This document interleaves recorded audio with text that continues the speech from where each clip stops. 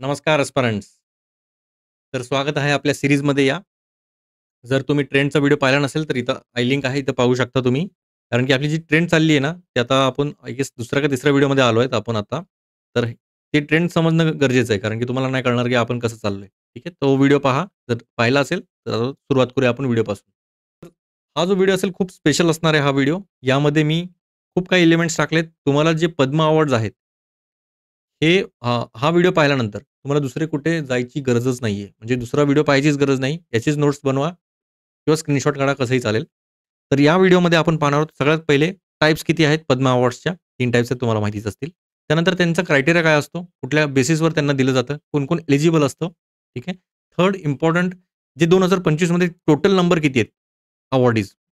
Padma Vibhushan, Padma Bhushan, Shri, Padma Shri, women, PIO, NRI जे पण असेल. तर त्यांच्याबद्दल टोटल नंबर आकडा किती असणार ते. त्यानंतर पद्मविभूषण जे 7 लोकांना भेटले आता 2025 मध्ये पाहणार आहोत. जे 7 लोकं भेटलेत त्यांना. तर त्यांना त्यांचे नाव आणि कॅटेगरी. ठीक आहे. 5वं इम्पोर्टंट महाराष्ट्रामध्ये किती लोकांना हे भेटलेलं आहे. कारण की मला वाटते 16 का 17 मध्ये त्यांनी विचारलेलं, की महाराष्ट्राचे जे नामवंत आहेत, जे पद्म अवॉर्ड्सवाले, तर त्यांचं मॅच द फॉलोइंग आणि त्यांचे जे क्रायटेरिया आहे, म्हणजे जे ज्या फील्डमध्ये आहेत, नाव आणि फील्ड दिलेली त्यांची. ठीक आहे. ते एक. 6वं इम्पोर्टंट जे निधन झालेत. आता जसं मॅरिलिना सेलिन काहीतरी त्यांचं नाव होतं. तर ते जानेवारी 2022 मध्ये त्यांचं निधन झालेलं. तर ऑगस्टमध्ये जी परीक्षा होती 2022 ची त्यामध्ये त्यांनी विचारलेलं. तर ते पण पूर्ण लिस्ट पाहणार आहोत आणि 7वं थोडंसं छोटंसं सरप्राईज आहे. शेवटपर्यंत व्हिडिओ पहा. स्किप नका करू. खूप डिटेलमध्ये लिंक वाईज मी व्हिडिओ केलाय पूर्णपणे. तर अपनी कुर्सी की पेटी बांध लो. ठीक है? चलिए फिर स्टार्ट करते हैं. तर हे आहेत पद्मा अवॉर्ड्स. 360 डिग्रीमध्ये आपण पूर्ण कव्हर करणार आहोत. तर चला सुरुवात करूया. आता पद्मा अवॉर्ड जे आहे ते 3 कॅटेगरीजमध्ये डिव्हाईड केले. तिथं पाहू शकता त्यांचे मेडल्स. पद्मभूषण, पद्मविभूषण, पद्मश्री असा क्रायटेरिया नाहीये. सगळ्यात टॉपवर कुठला आहे? तर पद्मविभूषण. असंही येऊ शकतं, की सगळ्यात रँक वाईज लावा. सगळ्यात पहिले तर भारतरत्न. हे पद्मा अवॉर्ड्समध्ये नाहीत. ठीक आहे. भारतरत्न सगळ्यात टॉप सिव्हिलियन अवॉर्ड आहे हा. सेकंड येतं पद्मविभूषण. ठीक आहे. थर्ड येतं पद्मभूषण. फोर्थ येतं पद्मश्री. एक के टाइप झालंय तर फास्टेस्ट फिंगर्स फर्स्ट. ठीक आहे. जाऊ दे. चला. आता हे कशामध्ये दिलं जातं पद्मविभूषण? ज्यांनी एक्सेप्शनल सर्व्हिस केली आहे कुठल्याही फील्डमध्ये. सेकंड पद्मभूषण जे डिस्टिंग्विश सर्व्हिस केली आहे हाय ऑर्डरची. थर्ड पद्मश्री जे डिस्टिंग्विश सर्व्हिस केली आहे कुठल्या डिसिप्लिनमध्ये. आता डिसिप्लिन कुठल्या-कुठल्या असतात? तर art, social work, public affairs, science, engineering, trade, industry, medicine, sports, civil service आणि खूप सारे आहेत. कुठल्याही फील्डमध्ये ते करू शकतात. आता एलिजिबिलिटी काय आहे? तर जनरली हे सर्वांसाठी खुलं असणार आहे. सगळे जे पर्सन्स आहेत सगळे एलिजिबल आहेत. तुमच्याकडे कुठली रेस असो, ऑक्युपेशन असो, पोझिशन असो किंवा जेंडर असो. काही फरक नाही पडत. आता मला सांगा जे भारतात आहेत त्यांच्यासाठीच आहे का जे बाहेर जे फॉरेनर्स आहेत त्यांना पण लागू होतं? कमेंट सेक्शनमध्ये मला कळवा. ठीक आहे. आता जे गव्हर्नमेंट सर्व्हंट आहेत ना, ते जनरली टिपिकली इनएलिजिबल असतात. तर याचा अर्थ काय होतो? जे गव्हर्नमेंट सर्व्हंट आहेत त्यांचं कामच आहे सर्व्हिस देणं. तर ते असं नाही बोलू शकत, की आम्ही सर्व्ह करतो म्हणून आम्हाला पद्म अवॉर्ड्स द्या. असं नाही करू शकत ते. एक्सेप्ट डॉक्टर्स एंड सायंटिस्ट ते थोडेसे वेगळे क्रायटेरियामध्ये पडतात. ठीक आहे. म्हणजे डॉक्टर्स एंड सायंटिस्ट एलिजिबल आहेत हे म्हणायचं मला. फक्त government servant generally typically ineligible आहेत. काही-काही गव्हर्नमेंट सर्व्हंटला पण भेटले. असं पण नाही बोलू शकत, की गव्हर्नमेंट सर्व्हंटला भेटतच नाही असं नाही आहे हा स्टेटमेंट. तर थोडंसं हे जाणीवपूर्वक वाचा. त्यानंतर जे अवॉर्ड्स आहेत ते अनाउन्स केले जातात रिपब्लिक डेच्या दिवशी जानेवारी 26 आणि कोण कोण देतात? तर प्रेसिडेंट देतात. हे राष्ट्रपती भवनमध्ये टिपिकली मार्च किंवा एप्रिलमध्ये. ठीक आहे. त्यानंतर नॉमिनेशन जे आहेत ते एक्सेप्ट केले जातात पब्लिककडनं, गव्हर्नमेंटकडनं आणि पद्म भारतरत्न अवॉर्ड्स म्हणजे जे पद्म किंवा जे भारतरत्न अवॉर्डीज आहेत त्यांच्याकडनं पण ते नॉमिनेशन्स एक्सेप्ट केले जातात. त्यानंतर हे रिव्ह्यू करतात एक अवॉर्ड्स कमिटी असते जी अपॉइंट केली जाते प्राईम मिनिस्टरद्वारा आणि हेड कोण करतं? सगळ्यात इम्पोर्टंट कॅबिनेट सेक्रेटरी. टॉपचे आय-एस रँक असतात हे. ठीक आहे. मला वाटतं कॅबिनेट सेक्रेटरी हायेस्ट रँक आहे आय-एसमध्ये.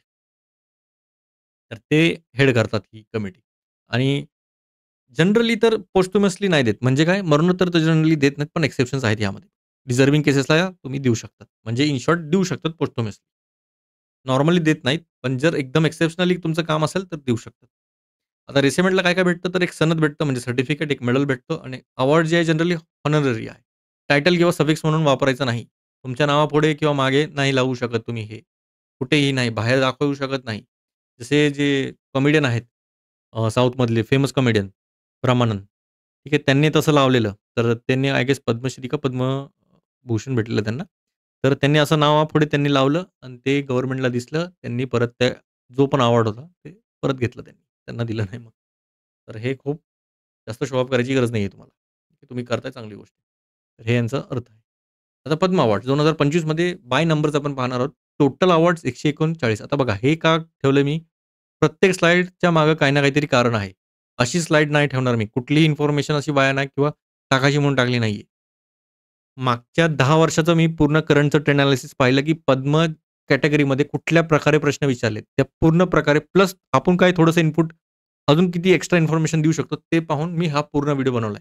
तर तुम्ही निश्चिंतपणे पूर्णपणे चांगल्यापैकी व्यवस्थित नोट्स काढा किंवा स्क्रीनशॉट काढा जसं तुम्हाला व्यवस्थित वाटेल. तर टोटल अवॉर्ड्स आहेत 139. एक डुओ केस आहे. डुओ म्हणजे काय 2 लोकांना एकच अवॉर्ड दिलाय. पद्मविभूषण 7 रेसिपिएंटला आहे. पद्मभूषण 19ला आहे. पद्मश्री 113 आहे. वुमेन 23, फॉरेनर, एन-आर-आय, पी-आय, ओ-सी-आय 10 आहेत आणि मरणोत्तरवाले 13 आहेत. ठीक आहे. आणि आता जे डुओ म्हटलं, आता तुम्हाला वाटेल डुओ काय आहे? तर डुओ म्हणजे काय 2 लोकांना एकच प्राइज दिला जातो. जसं की श्री ह्यूग अँड कॉलिन गन्सर. तर हे लिटरेचर आणि एज्युकेशनमधले आहेत जर्नलिझम. ठीक आहे. आणि उत्तराखंडमध्ये ते स्थायिक होते. तर त्यांना हा अवॉर्ड देण्यात आला. आता आपण पाहूया पद्मविभूषण. पद्मविभूषणमध्ये 7 लोकं होते.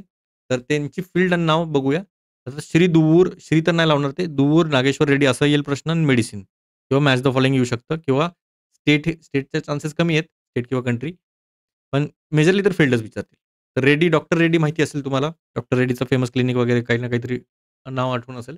डॉक्टर म्हटल्यावर मेडिसिन देतात. तर तसं लक्षात ठेवू शकतात. त्यानंतर जस्टिस श्री जगदीश सिंग केहर. केहर म्हटलं की पब्लिकमध्ये केहर केलंय. बघा विथ ड्यू रिस्पेक्ट मी कुणाचा अपमान नाही करत आहे. मी फक्त आपलं जे आपल्याला कसं आठवायला पाहिजे ह्याला निमॉनिक्स म्हणतात. ठीक आहे. तर हे निमॉनिक्स पद्धतीने माझं चाललंय काम.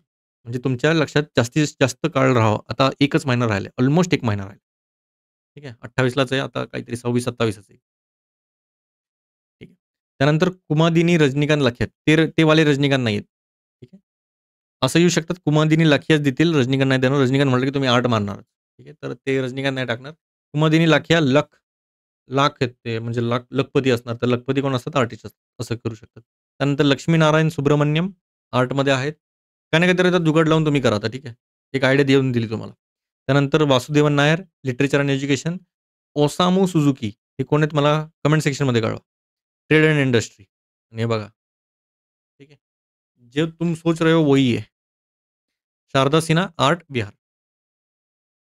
आता आपण पाहूया महाराष्ट्रामधले किती लोकांना 2025 मध्ये भेटला अवॉर्ड. पद्मभूषण जे आहे मनोहर जोशी मरणोत्तर देण्यात आलंय पब्लिक अफेअर्समध्ये. पंकज उधास मरणोत्तर आर्टमध्ये गझल सिंगर आहेत हे. शेखर कपूर आर्ट फिल्म डायरेक्टरमध्ये आहे ते. आर्टमध्ये आहेत. पद्मश्री अच्युत रामचंद्र पलव जसं असेल pronunciation sorry for that. Art calligraphy म्हणजे काय रायटिंग बघा एकदम अशी कोरीव असते त्यांची एकदम. कोरल्यासारखं एकदम भारी दिसतात ते. तुम्ही बघितले असेल व्हिडिओ. छान करत असतात. Arundhati Bhattacharya trade and industry former SBI chairperson आहे. त्यानंतर अशोक लक्ष्मण सराफ जे की है अशोक सराफ ॲक्टर आर्टमध्येच असणार. अश्विनी भिडे देशपांडे आर्टमध्येच आहेत. क्लासिकल सिंगर आहेत. ते पण माहिती असतील तुम्हाला. चैत्राम देवचंद पवार सोशल वर्कमध्ये आहेत. जसपिंदर नरूला आर्टमध्ये सिंगर आहेत. मला वाटतं नरूला तेच आहेत का? त्यानंतर मारुती भुजंगराव चितमपल्ली लिटरेचर आणि एज्युकेशनमध्ये आहेत. राणेंद्र भानू मजुमदार आर्ट. सुभाष खेतूलाल शर्मा अदर्स म्हणजे agriculture type. Vasudev Kamat art आणि विलास डांगरे कसं असेल मेडिसिनमध्ये. ठीक आहे. एवढी कॅटेगरीज कळले. आता लास्ट इयर जे राहिलेले म्हणजे ज्यांचं निधन झालं, तर त्यांची लिस्ट पाहूया आपण आता. ऑगस्ट 2022 पर्यंत करण्यात आली आहे. पण मला वाटत नाही एवढेपर्यंत येतील ते, कारण की आतापर्यंत सेट झाला असेल पेपर. पण काय बोलता येत नाही त्यांचं. ते काही करू शकतात. तर स्वराज पौल पद्मविभूषण त्यांना 83 मध्ये भेटलं, पण आत्ता निधन झालं त्यांचं ऑगस्ट 22 मध्ये. तर स्वराज पौल लक्षात ठेवा पद्मविभूषण आहेत त्यांना. असं येऊ शकतं, की जे वारलेत, त्यांचे एकतर फील्ड आणि अवॉर्ड कुठला भेटलाय ते होऊ शकतं. ठीक आहे. ते पण विचारलं गेलं, खूप वेळा विचारलं गेलंय. विनोद कुमार पसायत पद्मश्री भेटले त्यांना 2024 मध्येच पोएट प्ले-राईट आहेत. 25 मध्ये त्यांचं निधन झालंय. त्यानंतर रतन टाटा नाहीत, रतन थियम आहेत. रतन टाटा पण आहेत, ते सांगतो मी नंतर. Padma Shri 1989 theatre personality. कुमुदिनी लाखिया आठवलं का? तर ते पण त्यांना पण मरणोत्तर कथ्थक डान्सर होते, कोरिओग्राफर. खूप फेमस आहे ते by the way. Kishore Kunal Padma Shri, former IPS officer आहेत, सोशल वर्कर आहेत. ओसामू सुझुकी बिझनेस एक्झिक्युटिव्ह होते. पद्मविभूषण त्यांना पण भेटले. Vasudevan Nair, Padma Vibhushan, writer, film maker. त्यानंतर कोलिन गॅन्झर, ट्रॅव्हल रायटर होते, पद्मश्री, पोस्टुमस. त्यांना पण मरणोत्तर दिलंय. Sharda Sinha, Padma Vibhushan, folk singer. बिबेक देबरॉय, खूप important personality, Padma Bhushan, economist. Narayan Bulhabhai म्हणतात त्यांना, Padma Shri, RSS leader. Ratan Tata, Padma Vibhushan, industrialist, ex टाटाचे ग्रुप चेअरमॅनचे. आता बघा, आपण मला वाटतंय कालच आपण 1-2 तर पर्सनॅलिटी इथंच होते. रतन टाटाबद्दल पण आपण पूर्ण डिटेलमध्ये मागच्या नोबेल प्राइजच्या ह्याच्यात मी केलंय हे डिस्कस पूर्ण डिटेलमध्ये. तर ते पण तुम्ही इथं पाहू शकता. पापामाल पद्मश्री ऑर्गॅनिक फार्मर, नंतर ज्या मूर्ती सिसला पद्मश्री कर्नाटिक क्लासिकल म्युझिशियन. आता तुम्हाला हे सगळं करायचं आहे का? हे तुम्हाला लक्षात ठेवावंच लागेल. कारण की हे प्रश्न विचारतात. आणि आणि जो छोटासा सरप्राईज आहे, तो इथनं सुरुवात होतो. मी पूर्ण डिटेल्स काढलेत. जे पण मला वाटते जे इम्पोर्टंट आहे ते यावर प्रश्न येऊ शकतात. स्पेशली मागच्या 7-8 महिन्याचे. म्हणजे मी आता यांना इन्क्लूड केलंय बिबेक देबरॉय. आता पुढे पाहणारच आहोत. आता याबद्दल थोडंसं ते डिटेलमध्ये जाऊ शकतात, की जे पण आणि ह्यांचा खूप ट्रेंडिंग टॉपिक असतो, जे आत्ता जे मागच्या वर्षी जे झालेत, म्हणजे ज्यांचं निधन झालंय, तर त्यांच्याबद्दल थोडंसं डिटेलमध्ये जातं आणि जर ती फेमस पर्सनॅलिटी असेल, सेंटरमध्ये किंवा स्टेटमध्ये, तर त्यावर तर प्रश्न येणारच. ठीक आहे. नेक्स्ट व्हिडिओ त्याच्यावरच असेल माझ्या मते. नाही, अवॉर्ड्सवर असेल. तर नेक्स्ट अवॉर्ड्सच्या नंतर ते पर्सनॅलिटीजवर असणार आहे. तर त्यामध्ये पण हा व्हिडिओ कव्हर होऊन जातो. आता त्यांचं अर्ली लाईफ आणि एज्युकेशन पाहूया आपण. त्यांचा जन्म जानेवारी 25, 1955 ला झाला शिलाँग, मेघालयामध्ये. त्यानंतर त्यांची जी फॅमिली होती ती मायग्रेट झाली हबीगंज, सिलेटमध्ये. त्यांनी स्टडी केलं रामकृष्ण मिशन विद्यालयामध्ये, प्रेसिडेन्सी कॉलेज कलकत्ता, मग Delhi school of economics and Trinity college, मग कॅम्ब्रिज एम-एस-सी केलं अंडर फ्रँक हॅम. आता की पोझिशन्स बघा यांचे किती होते आता. फर्स्ट ते झाले चेअरमन झाले इकॉनॉमिक ॲडवायझरी काउन्सिल डायरेक्ट पी-एमला. ठीक आहे. इकॉनॉमिक ॲडवाईस करायचे ते पी-एमला. मला पहिलं वाटलेलं हे ब्युरोक्रॅट असतील किंवा आय-एस असतील, पण नाही, ते आय-एस नाहीयेत. चेअरमन झाले फायनान्स मिनिस्ट्रीचे एक्सपर्ट कमिटीमधले इन्फ्रास्ट्रक्चरमध्ये. त्यालाच अमृतकाल जे फ्रेमवर्क आहे ना, तर ह्यांनीच केलंय. ह्यावर प्रश्न चान्सेस खूप बनतातच मला वाटतं. मीच बनवलं. मी जर सेटर असतो, तर मी त्यातनं एक तर प्रश्न टाकलाच असता. कारण की खूप फेमस पर्सनॅलिटी आहे आणि खूप मोठं योगदान आहे यांचं. मेंबर झाले नीती आयोगचे 2015 ते 19 पर्यंत होते. की कॉन्ट्रिब्युटर झाले ते जे ट्रान्झिशन झालं प्लॅनिंग कमिशन टू जे नीती आयोग झालं, तर त्यामध्ये खूप की कॉन्ट्रिब्युशन झालं यांचं. मला वाटतं त्यांचंच मेन आयडिया होती ही, की नीती आयोग पण असं काहीतरी करायला पाहिजे. कारण की प्लॅनिंग कमिशन थोडंसं डिसेंट्रलाइज नव्हतं. म्हणजे पूर्ण सेंट्रलाइज होतं. पूर्ण वरचे पोझिशन्स घेऊ शकतात आणि थोडंसं डिसेंट्रलाइज केले. लीडरशिप इन रेल्वे रिफॉर्म केलं, मग रोल केले राजीव गांधी इन्स्टिट्यूट कंटेम्पररी स्टडीजमध्ये, सी-पी-आर. ठीक आहे. प्रेसिडेंट राहिलेत इंडियन स्टॅटिस्टिकल इन्स्टिट्यूट 2018 ते 22. बघा हे का इम्पोर्टंट आहेत? ते फॅक्चुअल जाऊ शकतात एकतर इन्स्टिट्यूशन्सबद्दल किंवा कुठलं तरी मोठं काम केलंय किंवा कुठली तरी ऑर्गनायझेशन असेल त्यांच्यात. की जसं की नीती आयोग झालं, अमृतकाल, इकॉनॉमिक ॲडवायझरी काउन्सिल किंवा हे इन्स्टिट्यूट्स. ठीक आहे. चान्सलर झाले डेक्कन कॉलेज आणि गोखले इन्स्टिट्यूटमधले.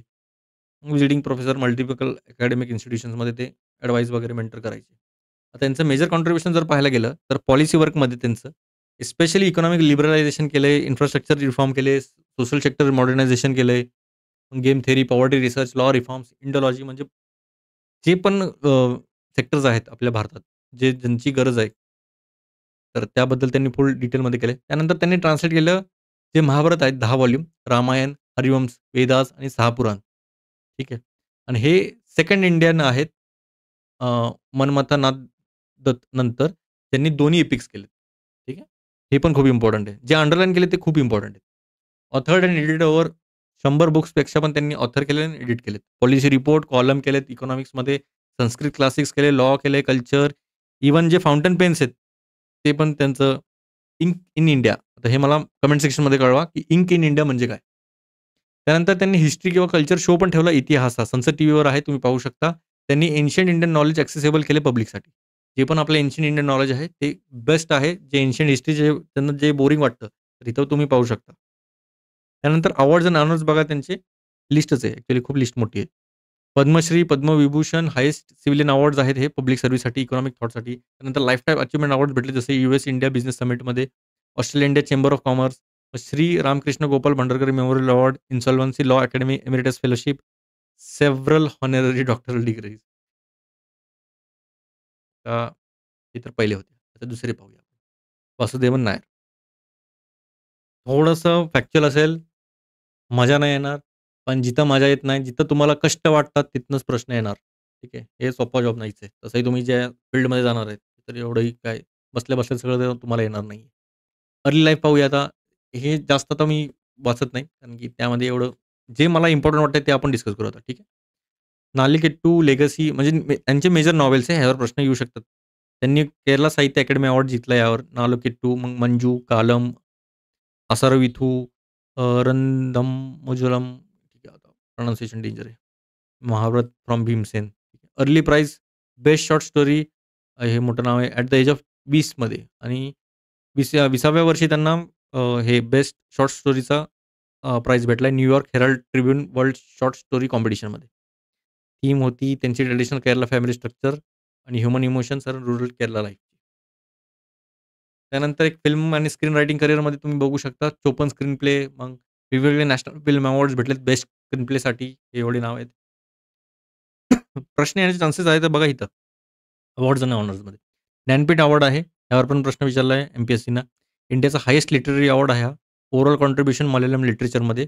मग त्यानंतर पद्मविभूषण, त्यानंतर आत्ता पद्मविभूषण 2025 मध्ये सेकंड हायेस्ट सिव्हिलियन अवॉर्ड आणि multiple Kerala Sahitya Akademi awards and death जी आहे. हे पण विचारलं की डेथ कशी झाली? तर 25 डिसेंबर 2024 मध्ये कोझिकोड, केरलामध्ये झाली त्यांची. जनरली ते एज रिलेटेड इलनेस होती बिफोर पासिंग. त्यानंतर ओसामू मात्सुडा. क्यूट फेस आहे. त्यांची पर्सनॅलिटी मला वाटतंय लय मोठं त्यांचं पानच खूप होतं.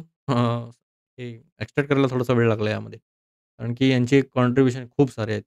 आणि स्पेशली जे जॅपनीज लोकं असतात त्यांचं वर्क कल्चर एवढं भयंकर असतंय. मला वाटतंय ते जे एव्हरेज इंडियन आहे ना, त्यापेक्षा दुपटीनं काम करतात. जर एव्हरेज इंडियन 5 किंवा 6 तास काम करत असेल, तर 12 ते 13 तास एव्हरेज तर आहेतच. त्याच्यावरती जातात.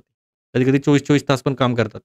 एवढं भयंकर त्यांचं वर्क कल्चर आहे. त्यामुळे त्यांचं जे वर्क लाईफ बॅलन्स खूप बिघडलेलं असतं. पण ठीक आहे, ते वेगळी गोष्ट आहे. पण यांचं काम पाहूया आता. हे कोण आहेत माहिती आहे? काय वाटतं तुम्हाला? बघूया आता कळून जाईल. सुझुकी मोटर कॉर्पोरेशन 1958 मध्ये त्यांनी जॉइन केलं. त्यानंतर त्यांनी ॲक्चुअली जर बघितलं गेलं त्यांची स्टोरी, तर हे एक लोन ऑफिसर होते. त्यानंतर डायरेक्टर झाले 63 मध्ये. त्यानंतर मॅनेजिंग डायरेक्टर झाले 67 मध्ये आणि सीनियर मॅनेजिंग डायरेक्टर झाले 72 मध्ये आणि त्यानंतर प्रेसिडेंट सीईओ झाले 78 मध्ये. आणि त्यांनी सर्व्ह केले 2000 पर्यंत आणि चेअरमन टिल रिटायरमेंट इन 2021. तर चेअरमन राहिले ते 21 पर्यंत तसं बघितलं गेलं तर. आणि हे one of the longest serving automotive इंडस्ट्रीमधले लीडर्स ग्लोबली आहेत, जे की आहे सुझुकी. माहिती असेल. Guiding Suzuki. 40 वर्ष त्यांनी टॉपवर ऑलमोस्ट आता पण बघू शकता सुझुकीच्या गाड्या वगैरे असतातच. आणि या लीडरशिपमुळेच त्यांनी ट्रान्सफॉर्म केलं सुझुकीला ग्लोबल लीडरमध्ये. स्मॉलर व्हेइकल्समध्ये पण मोटरसायकल स्पेशली तर मोटरसायकलमध्ये तर सगळ्यात खतरनाक आणि कार सेगमेंटमध्ये पण केले त्यांनी. त्यांनी लॉन्च केले overseas manufacturing late 1960s onward Thailand, Indonesia, Philippines, Australia, Pakistan आणि स्पेशली इंडियामध्ये. आणि इंडियामध्ये काय केलं त्यांनी? सगळ्यात बेस्ट तुम्हाला माहिती असेल, को-फाउंड केलं मारुती उद्योग लिमिटेड इंडियामध्ये. ठीक आहे. 82 मध्ये आली विथ इंडियन गव्हर्नमेंट. म्हणजे यांच्यामुळे आपली मारुती आली. विचार करू शकता. आणि त्यामुळे रिव्होल्यूशन झालं आपल्या इंडियाच्या कार मार्केटमध्ये. अफोर्डेबल व्हेइकल झाली जसं की मारुती 800 आली पहिली. आठवत असेल. त्यांनी एक्सपांड केलं सुझुकीचं ग्लोबल फुटप्रिंट युरोप, खूप सारे अलायन्स, एशिया, आफ्रिका, अमेरिका. तर 2000 पर्यंत त्यांचं सुझुकी जे आहेत, ते 60 प्लांट होते 31 कंट्रीजमध्ये, जे की एकूण 190 कंट्रीजमध्ये सेल करत होते गाड्या. आता जर बिझनेस अँड स्टाईल आणि त्यांची फिलॉसॉफी बघितली, तर हे मेटिक्युलस कॉस्ट कंट्रोल आणि फ्रुगॅलिटी म्हणजे ते सगळे ॲस्पेक्ट्स बघूनच ते कॉस्ट कंट्रोल बघून म्हणजे असं पण नाही की खर्च करायचा म्हणून करायचंच. जसं बायजूसनं केलंय आता सध्या तरी. त्यांना ती सवय लागली. बिलियन्समध्ये त्यांनी म्हणजे त्यांनी फंड पण उचलले 2020 मुळे ते लॉकडाऊन झालं. थोडीशी स्टोरी सांगतो. लॉकडाऊनमुळे काय झालं, डिमांड वाढली ऑनलाईन एज्युकेशनची. ऑनलाईन एज्युकेशन जसं बूल झालं. तर त्यामुळे काय झालं, त्यांनी फंड फुल केलं. सगळ्यांना वाटलं हे बबल आता तर हे तर कंटिन्यूच राहणार. जसं लॉकडाऊन संपलं, परत क्लासरूमवाले आले आणि यांचं ग्रोथ एकदम खाली गेली. पण त्यांचा जो हे होतं, की एक्सपेंडिचर करत राहायचं. जसं बायजूस तुम्ही बघू शकता क्रिकेटमध्ये झालं. मोठ्या-मोठ्या मला वाटतं ऑलमोस्ट FIFAपर्यंत गेलेले ते. काहीतरी बिलियन डॉलर्समध्ये त्यांनी खर्च केलेला तिकडं. त्यानंतर ती जी खर्चाची सवय लागलेली, ती चालूच राहिली. पण फंड्स तर काय यायला लागले. मग स्टाफ आणि हे सॅलरी वगैरे खूप काय-काय झाली. तर ते कॉस्ट कंट्रोल करणं खूप गरजेचं आहे. त्याला म्हणतात मेटिक्युलस कॉस्ट कंट्रोल. पैसा आला म्हणून नुसतं उडवायचं अन् करत राहायचं असं नाही करायचं. ठीक आहे. तुम्ही पण लक्षात ठेवा. जास्त पैसा यायला लागला, सीएला हायर करा, फंड्स मॅनेज करा. नाही जमलं तर मला द्या. ठीक आहे. Famous for hands on management and attention to detail maximum ठीक आहे. त्यानंतर त्यांनी कोलॅबोरेशन पण केलं Toyota बरोबर. ठीक आहे. आता अवॉर्ड्स बघू. पद्मभूषण भेटले 2007 मध्ये. कॉन्ट्रिब्युशन ऑटोमोटिव्ह इंडस्ट्रीमध्ये. व्हेरियस इंटरनॅशनल अवॉर्ड्स पण भेटले. सितारा पाकिस्तान 1985 मध्ये. मग order of merit Hungary, order of the rising sun. मला वाटतं जपानचा सगळ्यात मोठा जसा आपला भारतरत्न आहे तसं त्यांचं ऑर्डर ऑफ द रायझिंग सन जपानमध्ये. आणि ते लिम्फोमा मला वाटतं लंग डिसीज आहे ही. डिसेंबर 25, 2024. हिमामात्सू जपान 94 एजमध्ये ते. ॲव्हरेज बघा 90 प्लसच असतात. 94, 100, 101 यांचं ॲव्हरेजेस असतात. कारण की त्यांची डायट जर बघितलं ना, क्वालिटी डायट. तर बघा, किशोर कुणाल हे एक्सेप्शनल केस आहेत. आता यांचा जन्म जे आहे 10 ऑगस्ट 1950 भूमिहार फॅमिली बिहारमध्ये झालाय. त्यांचं स्कूल वगैरे तर तुम्ही वाचून घेऊ शकता. ते आय-पी-एस ऑफिसर झाले 1972 गुजरात कॅडरमध्ये. त्यानंतर त्यांनी चांगलं सर्व्हिस दिली. एस-पी झाले आनंदमध्ये. त्यानंतर लेटर ते डेप्युटी कमिशनर झाले अहमदाबादमध्ये 78 मध्ये आणि त्यानंतर सीनियर एस-पी झाले पटनामध्ये 83 मध्ये आणि त्यानंतर व्हॉलंटरी रिटायरमेंट घेतली त्यांनी आय-पी-एसमधनं 2001 मध्ये. आता बघा, जेव्हा त्यांचा काळ होता, जेव्हा ते आय-पी-एस होते, तर त्यांना अपॉइंट केलं गेलेलं officer on special duty prime मिनिस्टरद्वारा. व्ही-पी सिंग होते तेव्हाचे आणि ते मेडिएट करायचे म्हणजे 2 जे वर्ग होते, जसं विश्व हिंदू परिषद आणि बाबरी मस्जिदचं जे चाललेलं, तर त्यामध्ये ते मीडिएटर होते. म्हणजे ते विचार करू शकता या दोघांना मीडिएट करायचं आहे. म्हणजे 2 कट्टरवाले खतरनाक ऑलमोस्ट तर त्यांना तुम्हाला शांत करायचं आहे. डिप्लोमॅट्स सगळ्यात खतरनाक जॉब आहे हा. ठीक आहे. जर तुम्हाला चॅलेंजेस आवडत असतील, तर प्लीज आय-पी-एसला पण ट्राय करू शकता तुम्ही. Work under 3 prime ministers.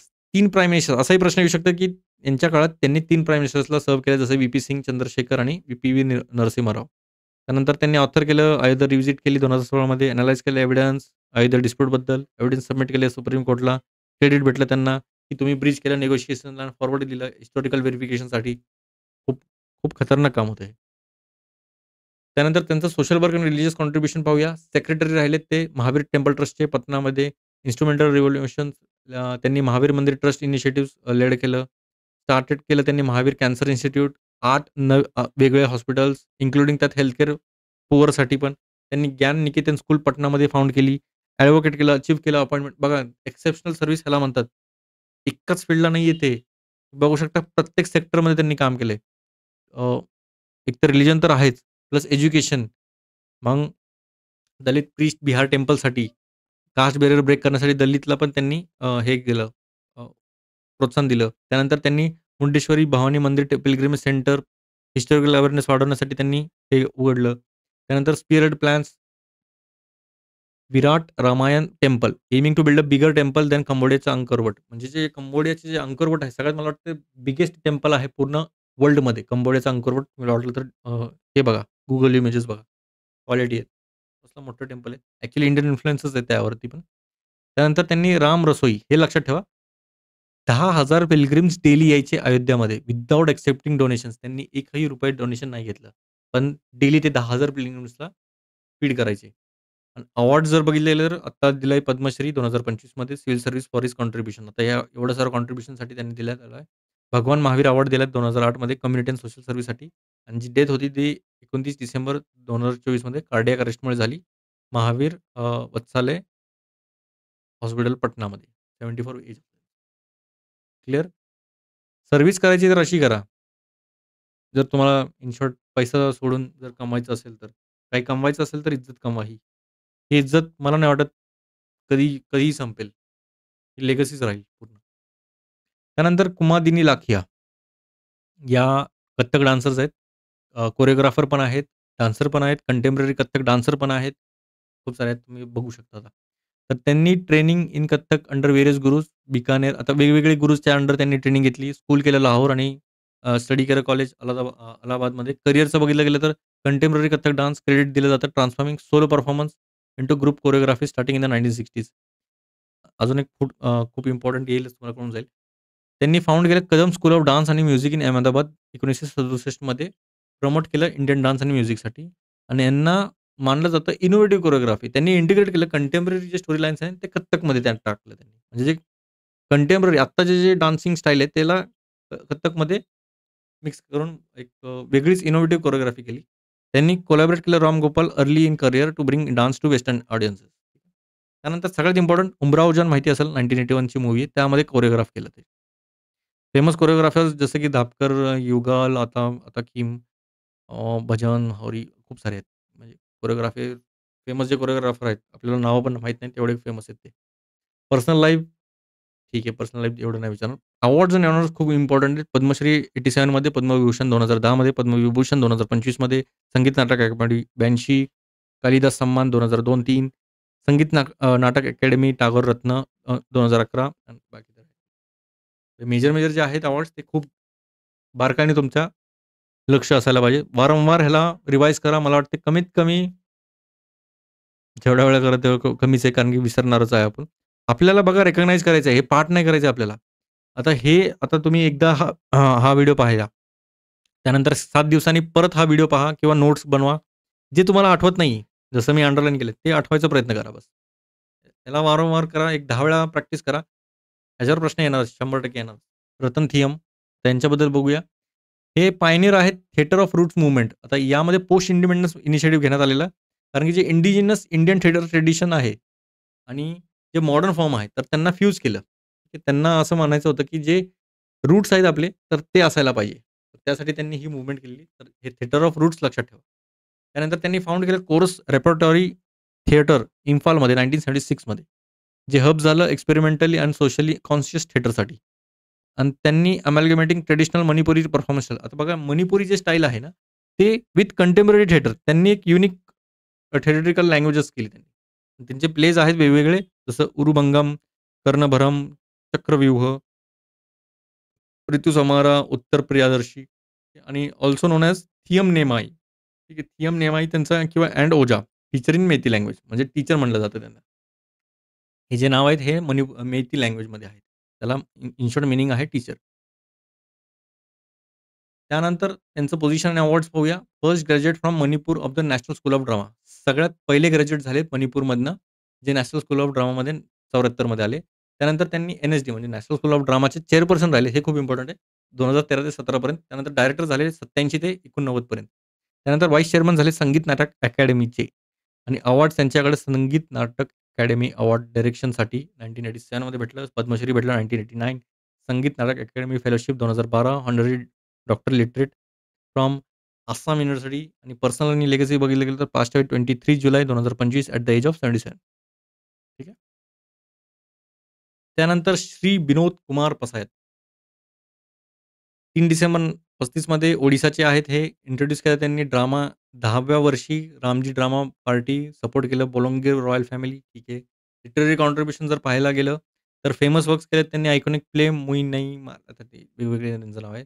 ते एन आणि सुलोचना मला वाटतं हे ओडिशा आहे नाही का? हां. रथार चका चले गिडी गिडी. आता वेगवेगळं त्यांचं आता लँग्वेज वेगळी पडते. तर मी प्रोनन्सिएशन नाही करणार, तुम्ही वाचून घेऊ शकता. तर अवॉर्ड्स बघूया.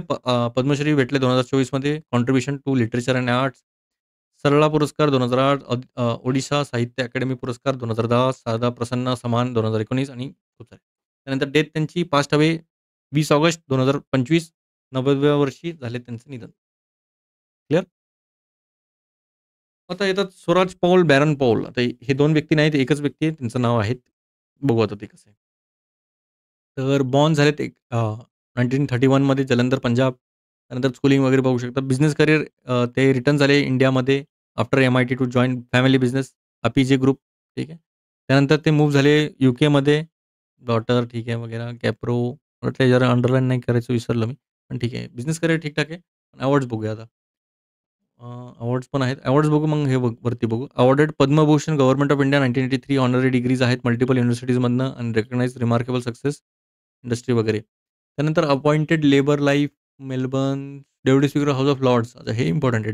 डेप्युटी स्पीकर राहिले ते हाऊस ऑफ लॉर्ड्समध्ये 2008-10 आणि यूके प्रायव्ही काउन्सिलमध्ये पण त्यांचं निवड करण्यात आली. चान्सलर ऑफ युनिव्हर्सिटी ऑफ वल्व्हरहॅम्प्टन 1999 ते आत्तापर्यंत होते. युनिव्हर्सिटी ऑफ वेस्टमिन्स्टर 2006 ते 14.